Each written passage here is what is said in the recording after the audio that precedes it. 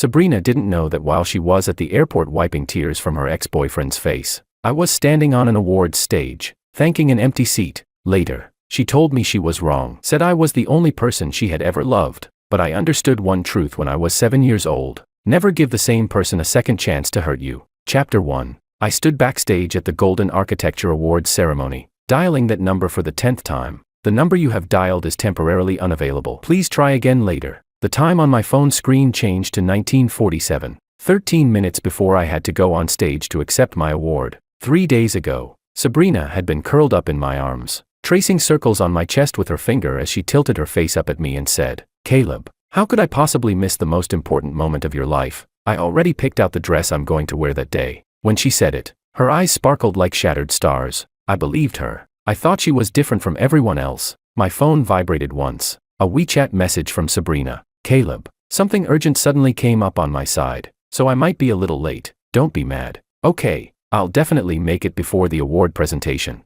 Below the message was a location pin. Capital International Airport. Airport. Her ex-boyfriend Isaac returned to the country at 3 this afternoon. I stared at that location for a long time. So long that my assistant beside me quietly reminded me, "Mr. Caleb, it's time to get ready backstage." I locked my phone screen and slipped it into the inner pocket of my suit jacket. Over my heart, separated only by the fabric, came another faint vibration. Another message. I didn't look at it. The winter when I was 7 years old. The snow in Beijing fell heavily. My mother held my hand as we stood at the airport arrivals gate. She wore a red wool coat, her lipstick painted bright and vivid, like she was about to attend some grand romantic date, and she really was waiting for one. My father, Ambrose, had been away on a 3-month business trip. He was returning today. We waited at the arrivals gate for 4 hours. My mother went from standing to leaning against the railing, then from leaning to squatting on the floor. Her hand gripped my wrist tightly the entire time, so tightly my bones hurt. "Mom, it hurts." She didn't hear me. Her eyes were locked onto every man walking out of the exit, like someone dying and searching desperately for one last breath of oxygen. The flight's arrival time passed. Then another 2 hours passed. Finally, my mother loosened her grip and pulled out her phone to make a call. The line connected. "Where are you?" Her voice trembled. I don't know what the person on the other side said. I only remember my mother's makeup suddenly running down her face. Her tears washed the eyeliner into 2 black streaks that streamed down her cheeks. "What do you mean? I'm not coming back. What do you mean? I found true love. Ambrose, your son is still here. Your fucking son is still here." She screamed a lot of things after that. Her voice became sharper and more hysterical with every sentence. Everyone around us was staring. Their gazes pierced into me like needles. My mother hung up the phone and crouched down in front of me. Her heavily made-up face came close to mine, carrying the overpowering scent of cosmetics. She said, "Son, your father abandoned us. He found another woman. He doesn't want us anymore." I didn't know what to say. I was 7 years old that year, but some truths carve themselves into your bones from that very moment onward. Never believe anyone who says, "I'll come back," and never give the same person a second chance to hurt you. Later, my mother spent 3 years proving that truth correct. She gave my father a second chance. The spring he came back claiming he had changed his mind. She opened the door for him again, cooked a full table of dishes again, and put on that red coat again. Then 3 months later, my father disappeared once more. This time, he took every last cent of our savings with him. My mother didn't cry. She simply walked quietly into the bathroom, quietly locked the door, and quietly slit her wrists. I was 10 years old that year. When I came home from school and pushed the door open, the bathtub water was overflowing onto the floor. It was pale red. That scene became a nightmare that haunted me for the rest of my life. It also became the source of all my paranoia, suspicion, and inability to forgive in the long years that followed. My father came looking for me years later. He said he was old now, said he wanted to make amends. I told him, "You have a new family and new children. The way you treated my mother back then is the same way you'll treat them. That's your nature." His face flushed red as he cursed me for being unfilial and cold-blooded. I didn't argue back. I only thought to myself, "You're right. I am cold-blooded." The part of that 7-year-old boy that was still warm, still willing to trust people, it had already gone cold in that bathtub of pale red water. Chapter 2. I met Sabrina 3 years ago at a design exhibition. She was wearing a white dress, standing in front of my work for a very long time. So long that I eventually walked over and asked her what she was looking at. She turned around with tears in her eyes and said, "This house design feels so lonely." I froze for a moment. That piece was called Shell. It was my university graduation project, a house without windows, with only one door, and 3 locks on the inside of it. No one had ever described it as lonely. The judges said it was oppressive. My professor said it was too dark. My classmates said they couldn't understand it. Only Sabrina said it was lonely. In that instant, it felt like someone had gently brushed away the dust that had been gathering for 21 years in some forgotten corner of my heart. After we got together, Sabrina would always ask me, "Why do you love me?" I would say, "Because you're light." She would laugh and throw herself into my arms, saying I was the best sweet talker she had ever met. But she didn't know I was telling the truth. She was light. During the days I spent with her, for the first time in my life, I felt that maybe this world wasn't made only of darkness and betrayal. Maybe being loved and trusted was possible. She would cook noodles for me at 2 in the morning just because I casually said, "I'm a little hungry." She remembered every schedule and important date I had, sending me encouraging messages at every milestone. When I came home late after working overtime, she would pretend to be asleep, then secretly stretch her hand out from under the blanket to hold mine. She even showed me the chat history on her phone and said, "See, I'm completely professional when talking to male clients." She deleted every flirty message she received from other men and said, "I don't want you feeling unhappy about anything." She did so many things. Little by little, she pulled me out of that snowy night when I was 7 years old. I started believing that maybe people really were different from one another. Maybe when some people say, "I'll come back," they truly will. Maybe when some people say, "I love you," they can actually love you for a lifetime. 3 days ago, lying in my arms, she said, "Caleb, how could I possibly miss the most important moment of your life?" And I believed her. She asked me whether I mentioned her in my acceptance speech. I said, I did. Excited, she kicked the blanket around and said, "What did you say? Come on, give me a rehearsal first."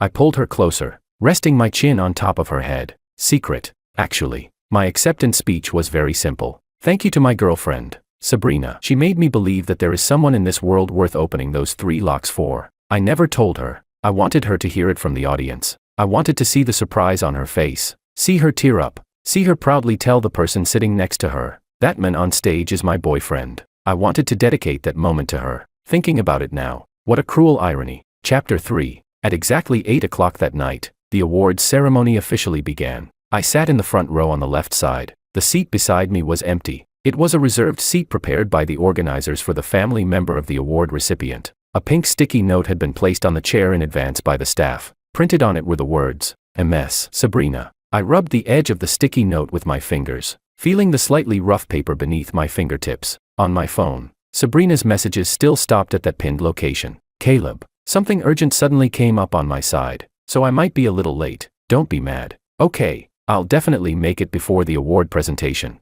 I never replied, because I didn't know what to say. Should I ask her, "What were you doing at the airport?" Should I ask, "Was your ex-boyfriend more important than my awards ceremony?" Or should I ask, "Why did you lie to me? Was your so-called emergency just picking Isaac up from the airport?" Those questions rolled through my throat countless times before I swallowed every single one of them back down. Suddenly, I felt exhausted, not physically tired. It was a weariness rising slowly from the deepest part of my soul. For 21 years, I thought I had escaped that snowy night, escaped that pale red bathroom. But when my fingers dialed another unanswered call for the 3rd time, when my eyes drifted toward that empty seat for the 15th time, the winter from when I was 7 years old buried me all over again. The host's voice echoed through the speakers. "Next, let us welcome the winner of this year's Golden Architecture Award for Best Architectural Design, Caleb."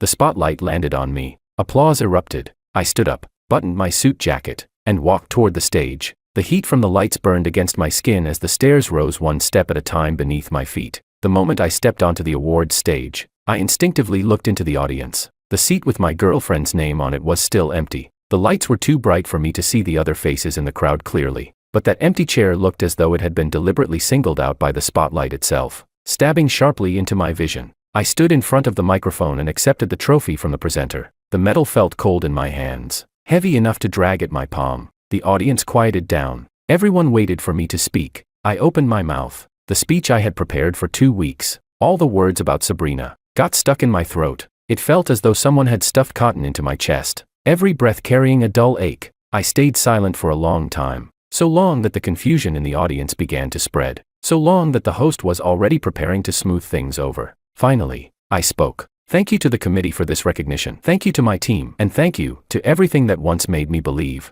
I never mentioned Sabrina's name. All those words about light, about the 3 locks, about someone worth opening them for. I swallowed every one of them back down. She wasn't worth it anymore. She made all of it meaningless. After the ceremony ended, I went down to the underground parking garage to get my car. My phone vibrated again. A message from Sabrina. Caleb, I'm here. Where are you? Traffic was terrible just now, and I couldn't get through to your phone. Below that were 7 or 8 screenshots of outgoing call logs. It wasn't that the calls didn't connect. I just hadn't answered. She probably didn't know that over the past 2 hours, I had set my phone to silent mode and watched her calls light up my screen one after another, then disappear one after another. It wasn't that I didn't want to answer. I just didn't want to hear another explanation. I had already heard enough explanations when I was 7 years old. I was only away on business a little longer than expected. That woman meant nothing. It was just for fun. The only people I love are you and our son. Every sentence sounded sincere. Every lie sounded flawless. And then what happened?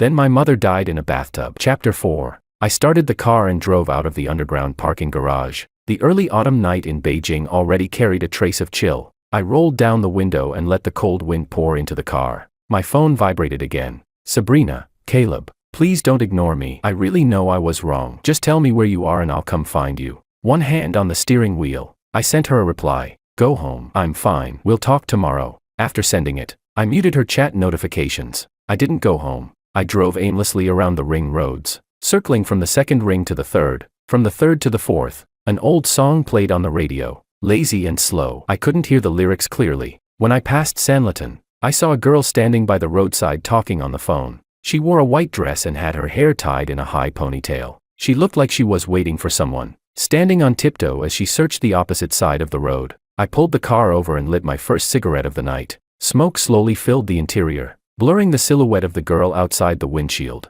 Suddenly, I remembered something Sabrina asked me last month. Do you have any boundaries nobody's allowed to cross? Yes, I answered. Betrayal and lies. At the time, she laughed playfully and said, don't worry, I would never betray you in this lifetime. What about lying? She thought about it for a moment and asked, do white lies count? I said, no, but I need you to understand something. In my dictionary, there's no such thing as a white lie. A lie is a lie. She stuck out her tongue at me and said, you're so strict. I never told her what that sentence really meant, because I didn't want her to know how my mother died. I didn't want her to know about the tears I saw at the airport when I was 7, or the pale red water I saw in the bathroom when I was 10. I didn't want to use the shadows of my childhood to chain down her freedom. I wanted her to live freely and happily, but there was one condition. She had to understand where my boundaries were, and now she understood, by crushing them beneath her feet. That night, I never went home. I sat in the car until 3 in the morning, then drove to the company office. There was a folding camp bed in my office, left over from the days when I used to work through the night. Lying there, staring at the ceiling in the darkness, I suddenly felt ridiculous. All my life, I thought I was just that little boy terrified of being abandoned. I believed that if I became good enough, successful enough, I would never have to relive the winter from when I was 7 years old. But Sabrina taught me one thing. Being excellent is useless. Even loving someone is useless. The people who are meant to leave, will still leave. Chapter 5. My phone lit up again. Another message from Sabrina. I unlocked it and glanced at the screen. 3:28 a.m. Sabrina, Caleb, are you asleep? I can't sleep. Sabrina, I know you're angry. I should have told you beforehand. But Isaac suddenly contacted me and said he had something really important to talk about. I didn't want you overthinking things, so I went first and planned to make it back before the awards ceremony. Sabrina, I really thought there was enough time. Sabrina, please don't ignore me. Okay, I'm scared. I stared at those 4 messages. The typing box lit up, then dimmed, then lit up again. In the end, I replied with only one sentence. Let's meet tomorrow. Sabrina replied instantly. Okay. Where? What time?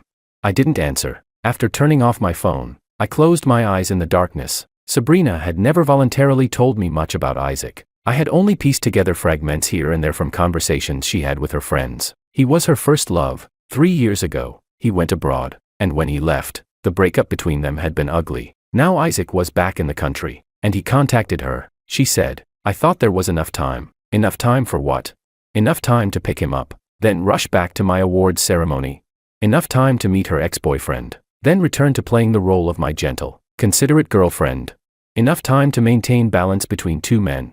Maybe she really believed she could. Maybe in her eyes, this was only a small scheduling mistake, not some unforgivable betrayal. But she didn't understand. To me, a scheduling mistake is betrayal, and betrayal means the end. There is no second chance. Not because I don't love her enough, but precisely because I love her too much. So much that I refuse to let myself become my mother, the woman who waited at the airport for 4 hours, The woman who opened the door again to welcome her husband home. The woman who slit her wrists in a bathtub. I cannot become her. And I cannot let anyone else become her either. Chapter 6. The next afternoon, I waited for her at a cafe in Wangjing. When Sabrina pushed the door open and walked in, I noticed she was wearing makeup, but it couldn't hide the dark circles beneath her eyes. She probably hadn't slept well last night either. She sat down across from me and hurriedly began. Caleb, listen to my explanation. You don't need to explain. My voice was calmer than I expected. She froze for a second, and her eyes immediately started reddening. You won't even listen to me explain.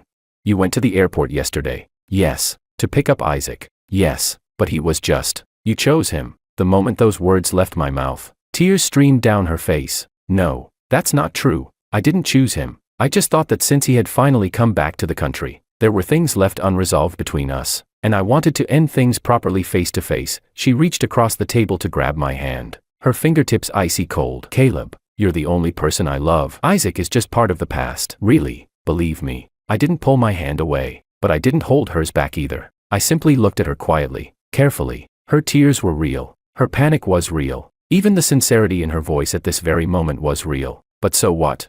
Back when my father came back to find my mother, he probably looked exactly the same. Slowly, finger by finger, I withdrew my hand from hers. Sabrina, I said, let's break up. Her eyes widened instantly. Tears flooded down her face as her voice trembled. What did you say?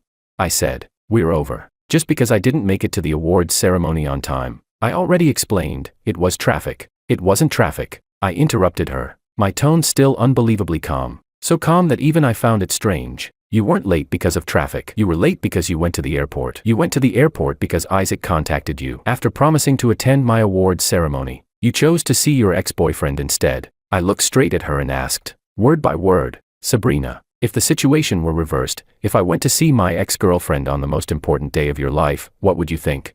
She opened her mouth, but no words came out. Her sweet face was covered in tears, even crying. She was still beautiful, like a flower drenched in rain, but my heart no longer softened. You know what this award meant to me, I said. This was the most important breakthrough of my career, an opportunity earned through countless sleepless nights and unimaginable effort. Because of my award, the company secured 3 major brand partnerships and a government project. My boss approved company shares for me on the spot. The team expanded, resources were redirected toward us, and all she had to do was sit in the audience as my partner. I wasn't asking her to sacrifice anything. I only asked her to be there. She promised me she would, and then she forgot. No, not forgot. She believed she could balance both sides, believed she could manage the timing between me and Isaac without disappointing either of us. But she didn't understand. That very attempt to not disappoint either side was the greatest disappointment she could have given me, because the moment she made that choice, I was never her only priority. I was simply someone who could be adjusted, someone who could be postponed, someone who could be told to wait a little longer. She struggled to speak. I just didn't think it was this serious. You didn't think it was serious. I let out a small laugh and took a sip of the coffee in front of me. Cold, bitter. Sabrina, you don't think it's serious, but I do. I put the cup down, looked at her, and finished my final sentence. This is where we end, Caleb. Her sobs echoed through the quiet cafe, drawing glances from the surrounding customers, but she seemed beyond caring. She clutched the edge of the table so hard her knuckles turned white. You said you loved me. You said you would always trust me. Why won't you even give me one chance? I looked into her eyes and suddenly felt deeply sad, because she still had no idea what those words were trampling on. Chapter 7. I gave you chances. I said it quietly. I gave you countless chances. The first time was 6 months after we started dating. You logged into Weibo on my computer and forgot to sign out. I accidentally saw your search history. Every few days, there was one repeated search, Isaac. Not his real name, his username. Clearski. You searched for him constantly, more often than you searched for me. I closed the page and pretended I hadn't seen it. The second time was the day you changed phones. Your old phone data was transferred onto my computer as a backup. A hidden folder popped up in the photo album. There were only 3 pictures inside, photos of you and Isaac together. The pictures were taken 2 years ago, but they had been saved again just last month. You never voluntarily showed me what you looked like before we met. But those photos, you saved them twice. I closed the folder and pretended I hadn't seen it. The third time was on the night of our first anniversary. You were on the balcony making a phone call. I walked a little closer while cutting fruit. You had your back to me, and your voice was soft. He treated me really well. Sometimes I still think about the past. Forget it. Let's not talk about this anymore. When you hung up and turned around, you froze after seeing me there. Then you smiled and said you were talking to your best friend. I said, Okay, I pretended I hadn't heard anything. On the morning of the awards ceremony, I saw your chat with Isaac pop up. He said, "You'll come, right? I want to see you." You didn't refuse. You replied with one word, "Mm." By the time I finished speaking, all the color had drained from Sabrina's face. "Why, you knew all along." "I knew." "Then why didn't you say anything sooner?" "Why?" "Because I was gambling." I cut her off. Still calm. "I was gambling on whether you would make the choice yourself. I was gambling that at the very last moment, you would remember our promise. Remember what you promised me." She cried so hard she could barely breathe. "I did remember. I really did. I kept checking the time the whole time. But you still went to the airport." I stood up and looked down at her. "Sabrina, the moment you opened the navigation route to the airport, you had already made your choice. Everything that happened afterward was just the price of that choice." She cried too hard to speak. Her whole face was buried in her hands, shoulders shaking violently. I reached into my briefcase and placed something on the table, the key to her apartment. "I already had the movers return your things. I took mine away. I'm giving your key back." The moment I turned to leave, Sabrina rushed up from behind and wrapped her arms tightly around my waist. "Don't go, please. Caleb, don't leave me. I'll change. I swear I'll change. I'll never see Isaac again. I'll block him. I'll never." I peeled her hands away from me, one finger at a time, just like 10 minutes ago, when I slowly withdrew my own hand from hers. "Sabrina." I never turned around. When I was 7 years old, I waited 4 hours for my father at an airport. Her crying suddenly faltered. When I was 10, my mother died in a bathtub. Her sobbing gradually quieted, leaving only uneven breathing behind me. My father cheated 3 times, and every single time, my mother forgave him. The last time, she slit her wrists open with a knife. I removed the last of her fingers from my body. "It's not that I don't love you, it's that I can't." After saying that, I pushed open the cafe door and walked out into the sunlight beyond it. Chapter 8. The cafe door closed behind me, cutting off all the sound of her crying. I didn't know how long she would cry, but there was one thing I knew for certain. I would never, ever give her a second chance. Not because I was heartless, but because I understood too well that some things only exist as 0 times or countless times. Today, she could stand me up for Isaac. Tomorrow, she could betray my trust for someone else.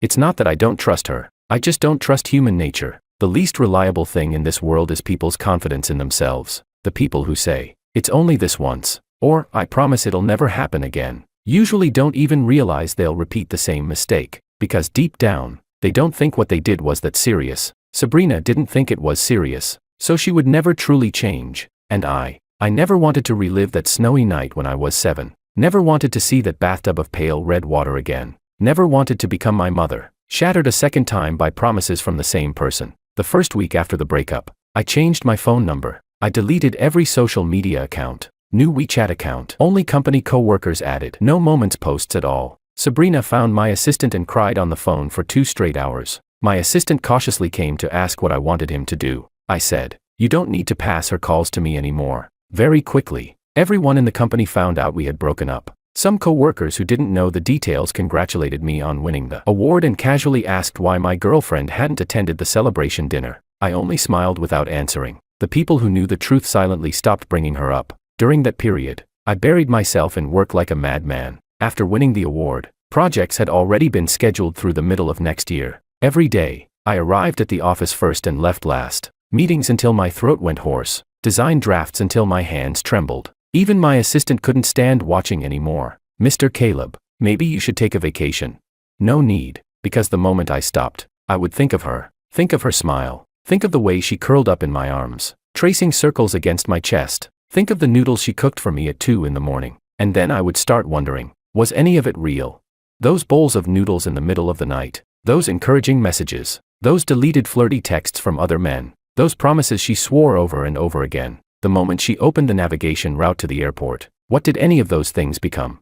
I had no answer, and I no longer intended to search for one. During the second week after the breakup, Sabrina found my apartment. Yes, I had moved. I moved the very next day after the awards ceremony. While Sabrina was still crying on the phone trying to reach me, I had already packed my luggage overnight and contacted a real estate agent. She didn't know my new address, but she managed to find out the address of my new company office. Chapter 9. That night, I worked overtime until 10:30. When I walked out of the office building, I saw her standing beneath a streetlight. Beijing in October was already freezing at night. She wore only a thin trench coat, her lips purple from the cold. The moment she saw me, her eyes lit up instantly. That expression made a dull ache spread through my chest. Not because I felt sorry for her, but because I felt sorry for the version of myself that still wanted to believe in a look like that. Caleb. She jogged toward me, carrying a thermal container in her hands. When she opened it, I saw dumplings she had wrapped herself. They weren't very pretty. You could tell she had spent a lot of effort making them. Do you remember when we first got together?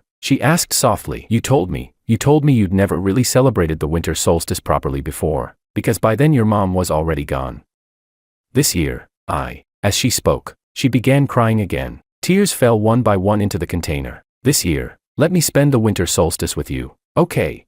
I looked at the dumplings, looked at her reddened eyes, looked at her trembling hands, frozen by the cold, and then I said something that sounded heartless even to myself. Sabrina, the winter solstice is still 2 months away. Her movements froze. Tears hung on her eyelashes. You want to use 1 box of dumplings to ask me to wait 60 days for you, but that day, you weren't even willing to wait 4 hours for me. After saying that, I walked around her and headed toward the underground parking garage. Caleb. She chased after me, her voice torn apart by the night wind. What do I have to do for you to forgive me? Tell me, I'll do it. I never turned around. The moment I stepped into the parking garage, I heard a muffled sound behind me. I glanced back. She was kneeling on the ground. The concrete at the entrance of the garage was hard and freezing cold. Her knees pressed against it while the hem of her trench coat spread around her like the broken wings of a bird. I'm begging you, please, just give me one chance. Her voice was so hoarse it barely sounded like her anymore. The girl I once held so carefully in my hands, terrified of hurting her, the girl I once treasured so much I feared she would melt away, was now kneeling in the freezing wind of late October, begging me to forgive her. I stopped walking, silent for a very long time. Then I walked back toward her. She lifted her head, and hope flickered back into her eyes. I took off my suit jacket and draped it over her shoulders. Go home. Straightening up, I turned and walked toward the garage again. It's cold outside, behind me. Her sobbing disappeared into the night wind. I never looked back. That suit jacket was the last thing I owned that still had anything to do with her. Inside its inner pocket, there had once been a ring. I had planned to take it out during the celebration dinner after the awards ceremony. Now that ring was lying somewhere deep inside a trash bin near Workers' Stadium, together with the roses from that day, long since carried away by a garbage truck. Chapter 10. Later, the whole incident was posted online by one of Sabrina's friends. The post didn't mention names. It only said, "My friend got dumped just because she stood her boyfriend up one time. She even knelt down begging him, and he still wouldn't forgive her. Isn't that way too heartless?" The post got thousands of comments. When my assistant showed it to me, his expression was extremely cautious, like he was holding a ticking bomb. I scrolled through a few replies. The top comment said, "This guy is way too cold-hearted. He wouldn't even give her one chance." Hundreds of replies followed underneath. "Exactly. Total jerk. She's better off without him." I calmly locked my phone and handed it back to my assistant. "Book me a flight abroad next week. The sooner the better." My assistant froze for a moment. "Business trip? Vacation?" That evening after work, I ran into a woman from the neighboring department in the elevator. She had just come back from the gym downstairs, her hair still damp. Seeing me, she smiled. "Mr. Caleb, there's a girl waiting for you downstairs. She's been standing there for a really long time. Looks like she's been crying." "Thank you," I said. "I'll take the back exit." As I walked out through the rear door, I suddenly thought of my mother. Back when my father left for the 3rd time, had she waited for him like this too? Had she stood downstairs the same way, standing there until the sky turned dark, until the streetlights came on? She must have had countless chances to leave, after the first betrayal, after the second, but she chose to forgive him a 3rd time, and then the 4th chance never came. She killed herself first. The day before I left the country, I received a package. No sender information. Inside was a journal. It was thick, filled with entries dating back 3 years. Every page had photos of us pasted inside, along with handwritten notes from her. Our first movie together, our first kiss, our first fight, the first time we made up afterward, the way my eyebrows furrowed when I got angry, the way my eyelashes drooped when I fell asleep, the grain of rice stuck at the corner of my mouth after eating her cooking. She recorded all of it, every single thing. The final page had been written 3 days before the awards ceremony. The day after tomorrow is Caleb's big day. He's been so busy lately that he comes home and falls asleep immediately every night. Today I secretly measured his ring size. After the awards ceremony ends, I'm going to surprise him too. Tucked beneath the page was a sticky note. On it was a single sentence. "Caleb, will you marry me?" At the back of the journal was a letter. I recognized her handwriting immediately, but I never opened it. I placed the journal and the letter together into a drawer and locked it. While packing my luggage, I sent my assistant a message. "While I'm abroad, if Sabrina asks about me, tell her you don't know anything." My assistant replied with, Understood. Then he added, Mr. Caleb, are you really not going to give her another chance? I stared at the screen for a long time, typed something, deleted it, typed again, deleted again. In the end, I sent only one sentence. When something breaks, you can glue it back together, but the cracks will always remain. I don't want to spend the rest of my life staring at those cracks. After sending the message, I turned off my phone and zipped up my suitcase. Outside the window, the lights of Beijing were beginning to glow. The city was still as beautiful as ever, but within this city, there was no longer anyone I wanted to see. Chapter 11. Sabrina tried to find me many times afterward, through mutual friends, through coworkers, through bits and pieces of news that reached my ears long after the fact. One of her close friends once called me. She said Sabrina had developed mild depression, that she threw up everything she ate, that she couldn't paint or create anything anymore. She said Sabrina reread that journal over and over again, crying so hard each time she could barely breathe. She said Sabrina deleted every way of contacting Isaac, even turning down a collaboration with that gallery because of him. She said the greatest regret of Sabrina's life was going to the airport that day. After listening, I stayed silent for a long time. Then I said, please tell her I hope she recovers soon. Her friend became emotional. Caleb, she still loves you. She's suffering so much right now, don't you feel even a little heartbroken? Heartbroken? I was. The girl whose lips turned purple under the streetlight from the cold. The girl kneeling on the concrete begging me. The girl lying awake night after night unable to sleep. I felt heartbroken for all of them, but I felt even more heartbroken for 7-year-old Caleb. Even more for 10-year-old Caleb, pushing open the bathroom door after coming home from school. Even more for the Caleb who spent 18 years learning how to trust people again. Whoever felt heartbroken for him. Let me tell you a story. That day, for once, I didn't hang up immediately. When I was 7, I waited 4 hours for my father at an airport. He never came back. When I was 10, my father returned once, and my mother forgave him. 3 months later he left again, and my mother slit her wrists. Silence fell on the other end of the phone. The lesson of this story isn't that I'm pitiful. The lesson is this: never believe someone who has betrayed you will change. My father never changed. If Isaac contacts Sabrina again someday, she'll still go. Maybe it won't be Isaac. Maybe it'll be another man. Maybe it'll be work, or a friend, or something else she thinks is important. She'll always have a reason, and she'll never truly believe she did anything wrong. And I paused. My fingers tightened around the phone until my knuckles turned white. I don't want to live like a joke. After hanging up, I stood beside the window for a long time. The city's night view was beautiful. Thousands of lights glowed across countless windows, each shining with warm yellow light. Behind every window, someone was waiting for somebody to come home. I used to be one of them, but now, my window was dark, and no one would ever wait for me to come home again. As I closed the curtains, a sentence suddenly came to mind. True departures never come with goodbyes. All dramatic farewells are just tests. A real departure happens on an ordinary sunny afternoon. Someone puts on their usual coat, walks out the door, and never comes back. That was how my father left, and that was how I left too. In the end, we still became the same kind of person. The only difference was, he betrayed a promise, and I betrayed love. Chapter 12. Several years later, I gave a presentation at an architecture forum. The topic was architecture and psychological healing. Halfway through the talk, someone in the audience raised a hand and asked, Mr. Caleb, you said architecture can heal the human heart. Then what do you think architecture cannot heal? Standing on stage, I thought seriously for a moment. Then I answered, regret. The moment that word left my mouth, I suddenly thought of Sabrina. I remembered the first time we met, the way she stood in front of my work, then turned around and smiled at me. There had been tears in her eyes, but she still smiled and said, this house feels so lonely. At that moment, I thought she understood me. Only later did I realize that she merely saw the loneliness. She never truly understood where that loneliness came from. She didn't know that the reason the house had no windows was because the person living inside it was afraid of seeing the outside world. She didn't know the reason the house had 3 locks was because the person living there had once opened the door, let in a promise full of passionate vows, and then watched that promise explode into shattered pieces inside the house. She didn't know those 3 locks were never meant to keep other people out. They existed to lock the person inside, to stop him from ever stepping outside again. Once, I opened those 3 locks for her, and then, with one broken promise, she made me seal them shut again. This time, I threw away the key. Epilogue.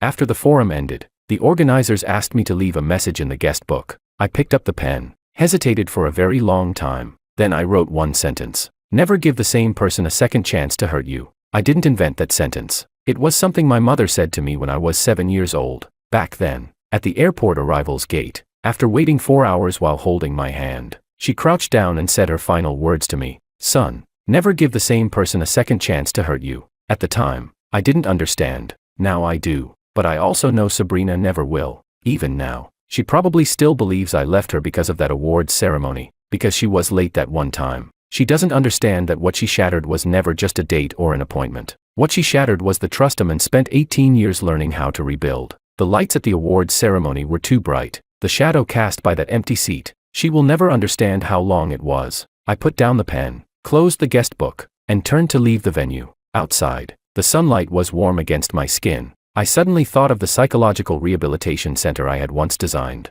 I remembered the sentence I wrote in the project description. This building has no dark rooms. Every space leads towards sunlight. I succeeded, at least on the blueprint. As for when that sunlight will finally reach the dark corner inside my heart, maybe it will take another 18 years. Maybe it will take a lifetime. But that's okay. Life is still long. I can wait.